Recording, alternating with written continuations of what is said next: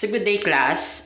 Today we're going to discuss methods of presenting the art subjects.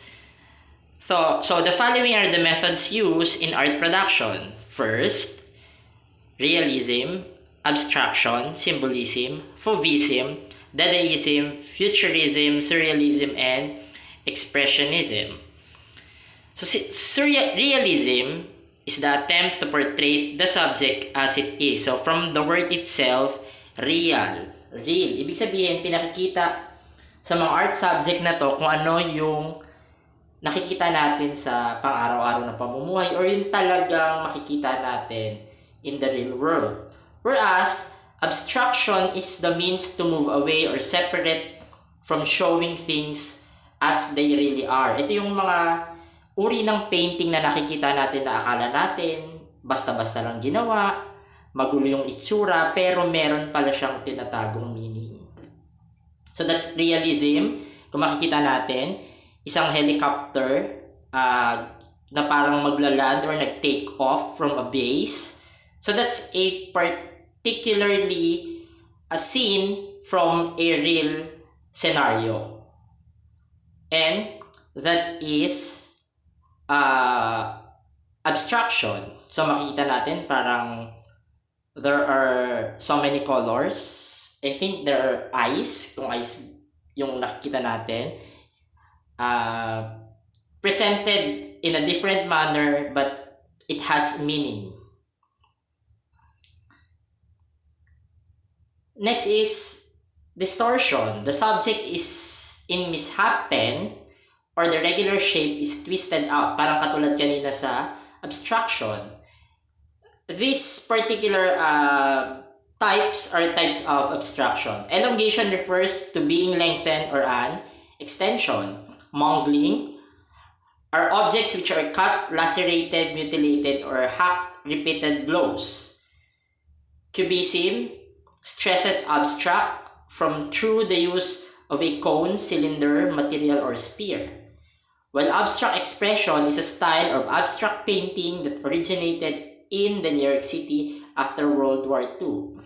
So that is, babalikan natin kanina, that is distortion. That particular painting is distortion kasi from the real, dinistort siya, nilagyan siya ng panibagong viewpoint.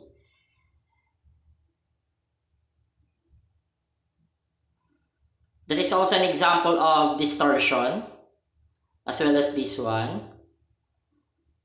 That is cubism, using different shapes, as well as this one. This is cubism. This is dadaism.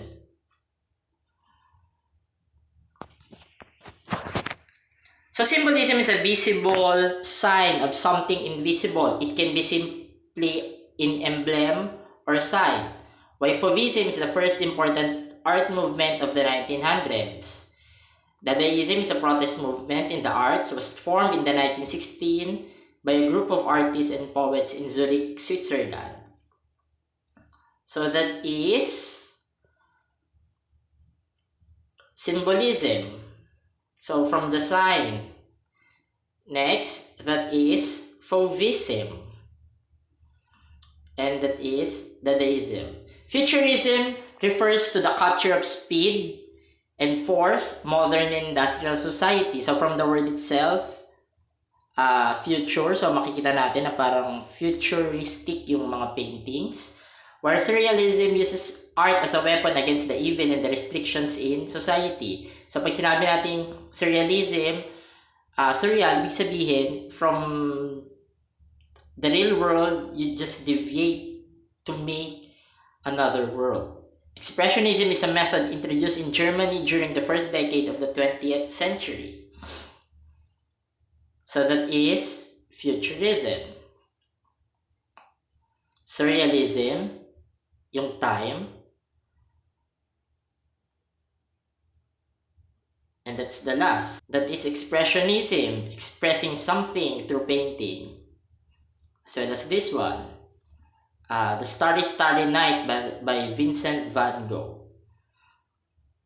So visual arts refer to arts that are perceived with our eyes. The most common visual arts are painting, sculpture, and architecture.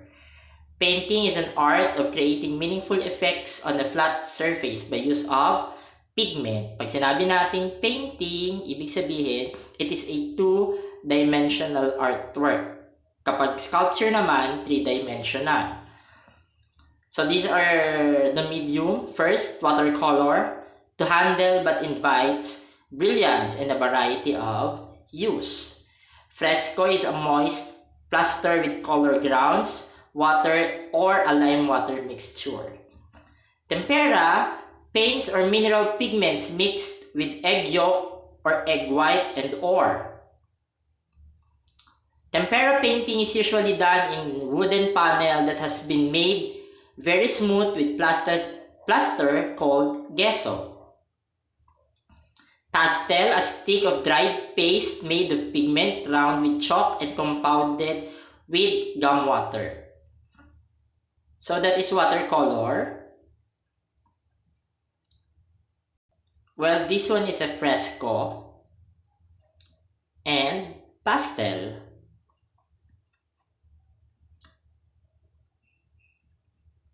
A caustic, the early mediums used by Egyptians for the painted portrait on mummy cases. So makikita natin yan sa mga coffin used by early Egyptians. This is done by painting with wax colors fixed with heat.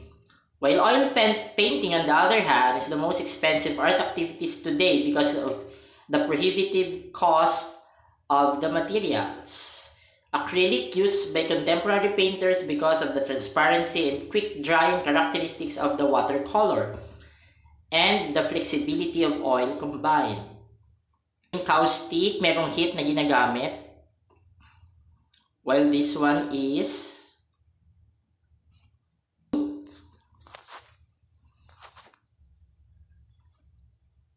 and this last one is acrylic paint. So those are the medium used in making paintings. Ink is one of the oldest mediums still used in painting. Chinese ink, a solid sticks that are dissolved in water before they are used. While bistre is a brown pigment extracted from soot wood and a pigment often used in pen and wash drawings. Crayons, ito yung pinaka-common, are waxed and compressed into painted sticks used in drawings. So that is ink. Ginagamit. That particular painting used a Chinese ink. Well, this one used bistre and crayons. Charcoal are carbonaceous materials obtained by heating wood or in Gothic other organic substances in the absence of oxygen. Charcoal is used in a pieces of representing broad masses of light and shadow. Silver point is a technique of drawing with means of silver stylus on special prepared paper to produce a thin grayish line during the Renaissance period.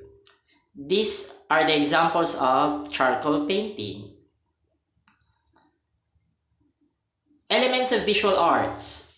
The following are the elements of visual arts. First line, katulad ng laging nakikita natin, nag-uumpisa ang mga painting with lines. It represents forms that has always direction. Color is the property of light. When light goes out, color goes with it. So that is line and color.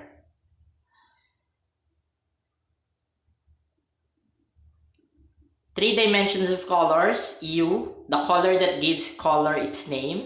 Example, when you say flower is yellow, we are naming its hue. Value is the lightness or darkness of a color, and the quality depends on the amount of light and dark. While tints, above the normal and shades below normal. Intensity refers to the brightness or darkness of color, gives color strength. So that is a hue.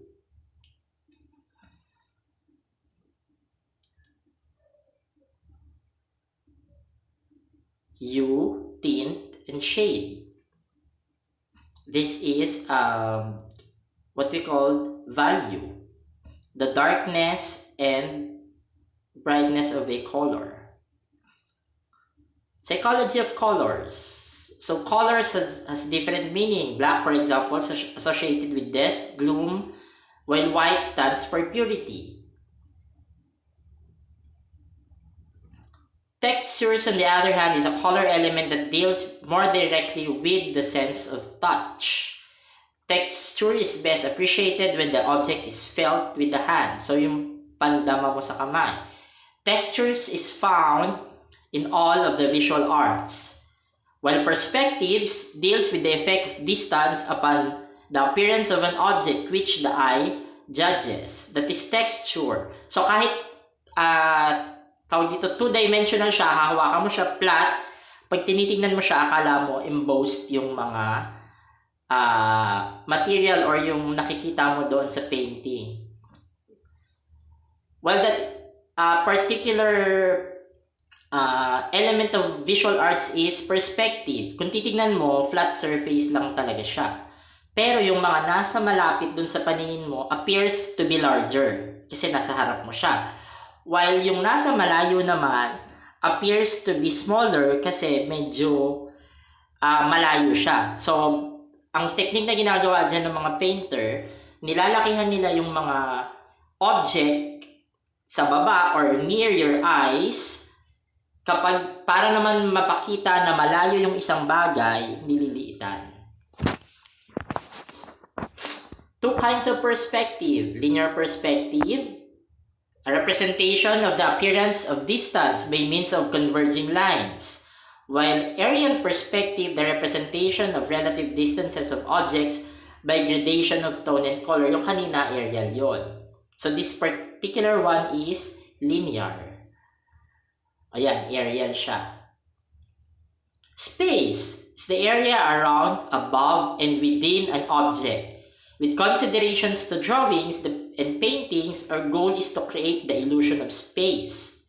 For example, kung tutusin, yan, flat surface siya.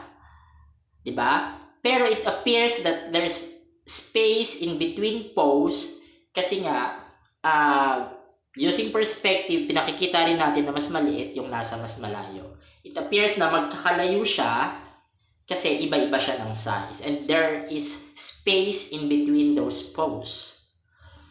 Form describes the structure or shape of an object. Classification of forms, we have regular, irregular, centralized, linear, radial, and grid forms. Regular forms are related to one another in orderly manner, while irregular are parts of dissimilar or unrelated to one another. So that's regular. Linear forms are arranged sequent in a row or series of forms on line, while radial, linear that extends outward from central form in a radial manner. Grid forms a modular form whose relationships are regulated by three-dimensional grids. So that is linear form, radial form, and grid form. Principles of design. Harmony is achieved by establishing a pleasing relationship between various elements. That's harmony. Balance. All parts are equally distributed around the central point. So kung makikita mo, there is balance there. Kung ano yung kung hahatiin mo siya sa gitna, it is asymmetric. Kung hahatiin mo, kung ano yung nakikita mo sa kanan, mirror image siya nung nasa kaliwa, and vice versa. Proportion. Two or more elements in a design and how they compare with one another. It refers to relative size and scale of the various elements of design. So kung titingnan natin, it appears that mas malaki yung wave kumpara dun sa nasa gitnang mountain. It appears na the perspective of the one who is looking at this particular painting of the wave, looking na mas malapit siya doon sa wave as compared doon sa mountain. Hindi mo din pwedeng maging palabasin na mas malaki yung mountain kasi ma-overpower or ma-overemphasize niya yung waves. Kung kumbaga lalabas na mas maliit yung wave, matatakpan sa madaling salita. Rhythm is a series of units repeated one after another. So katulad ng makikita natin sa painting na example, paulit-ulit siya, similar with one another. Emphasis produced by the design or form that catches our attention while the rest are subordinated. It is a way of making the element that is most important stand out in the design. So yan, emphasis, kung makikita mo, all apples in the pictures are red. So na-emphasize yung kaisa-isang green.